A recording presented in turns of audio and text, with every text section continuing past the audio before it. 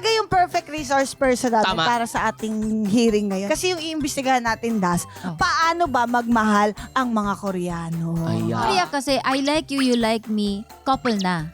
Agad. Oo. So yun Stay na, together. may monthsary date na kayo, anniversary. That's day one. And we have a lot of special days. We have Valentine's Day, White Day, Pepero Day, tapos Christmas. Tapos 200 days, 300 days. Kami merong 40th day.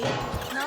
Patay yun. Dito talaga one-sided. Lalaki talaga ang manliligaw. Pero sa Pinas, based on my experience, sabi go ko, po. I like you.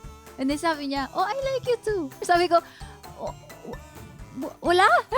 Wala. We know na we like each other. Eh, we are couple na. True. Sabi niya, hindi pa daw. So sabi ko, okay. So anong meron? Anong next? Mga bida sa mga k-drama lalaki, di ba? Parang mysterious, Yeah. suplado. Totoong boy ba yung Korean guys? Ganun talaga sila. Mysterious, di nagsasalita. Kami ng mga Korean girls, we like bad boys. Kaya nga, ang dami kong cheater na namit eh.